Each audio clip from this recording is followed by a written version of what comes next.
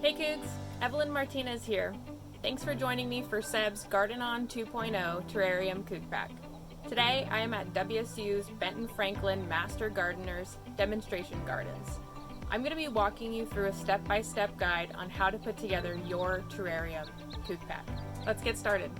Today we're going to be using potting soil, pebbles, horticultural charcoal, reindeer moss, a variety of garden tools, 3 potted succulent plants, some slate rocks, and a glass vase terrarium. So the first thing you want to do when you start your terrarium is to decide how you want your glass vase to be placed. I personally like them laying off to the side as opposed to standing straight up. I'll probably have this at my desk, so I like to be able to see the plants from kind of the side. So I'm going to do mine that way. The first thing you're going to want to do after that is to lay a 1/2 inch to 1 inch thick layer of small stones or pebbles.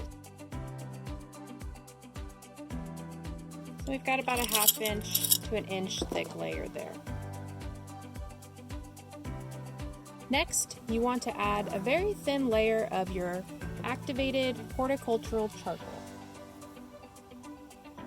The activated charcoal is going to keep the water fresh and fight off any bacterial growth in your terrarium. And just lay a thin layer down over my pebbles. I'm going to use this rake to mix my charcoal into my pebbles a little bit, just to make sure that if any water reaches the bottom, that charcoal can fight that bacteria. So next we're going to add a layer of potting soil. Any potting soil mix will do, although if you're planting succulents or cacti, there are special mixes that you can use. You want to add enough potting soil so that it's deep enough for your plants to root in. And for this, I'm also going to use one of these other handy tools to get some potting soil into. I'd recommend doing 2 to 2.5 inches. Now it's time to add your plants. You want to start by planting the largest plant first. So let's see which plants we got.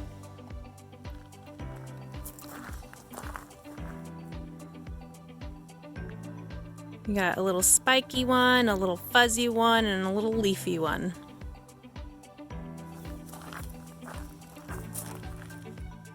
One of my favorite tools in here is this little blower. It can help get some of that soil off of your leaves from hard to reach places. Or you could also use this little brush and just brush them off that way.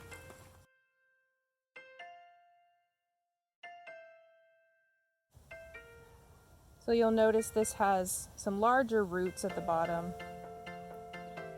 So this is why you need at least 2 inches, if not more, soil in your terrarium.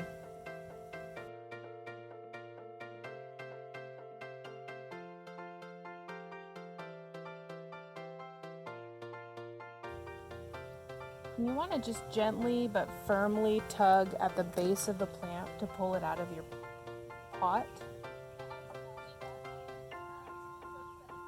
And also, you kind of want to break up the soil a little bit, not too much, so that it's not in the shape of the pot anymore. You want those roots to have some freedom to grow into your new terrarium. This one will be a little more tricky since it's multiple kind of stems that we're working with. So I'm just going to try to grab a couple and find some good placement in here. Again, it's probably going to shift the one that I've already planted, but that's okay. Once we get all 3 of them in here, we can really see how much space there is and adjust as needed. This guy does have a lot of little soil and rocks in its leaves. Just going to try to brush it out a little bit.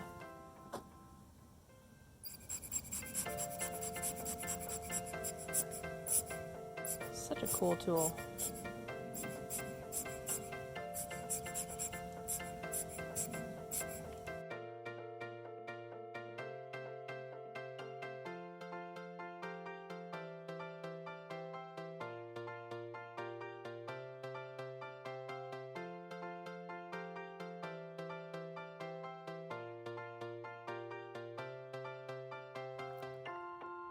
So I've got all 3 plants in the terrarium. I'm going to do a little close-up.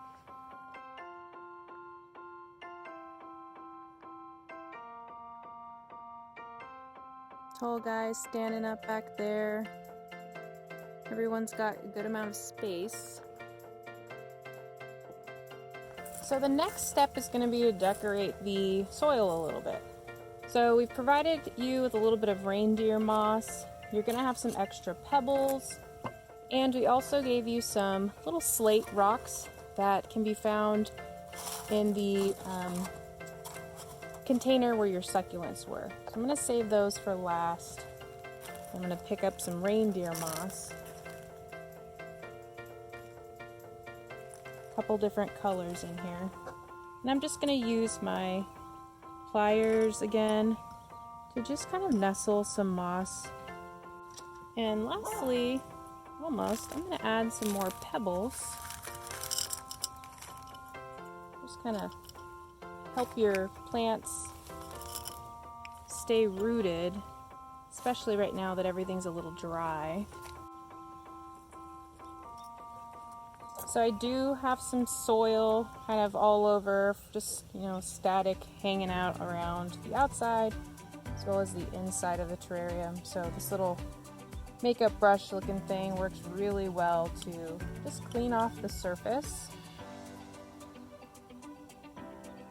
so that you've got really great viewing into your terrarium. Now I'm gonna just add a couple of the slate rocks in here. I'll throw this one in the back. And you can really go put any other rocks that you'd like to add to this. So the last thing you're going to want to do is add a little bit of moisture to your succulents. Everything's probably pretty dry right now since transporting it. So just want to add a little bit of moisture. We also give you this really awesome tool, which literally just burrows water wherever you squeeze it to. So just a little bit at the base of each succulent to give it some moisture. Thank you for joining me today at the WSU Benton Franklin Master Gardens. Once your terrarium is complete, you'll need to take proper care of it.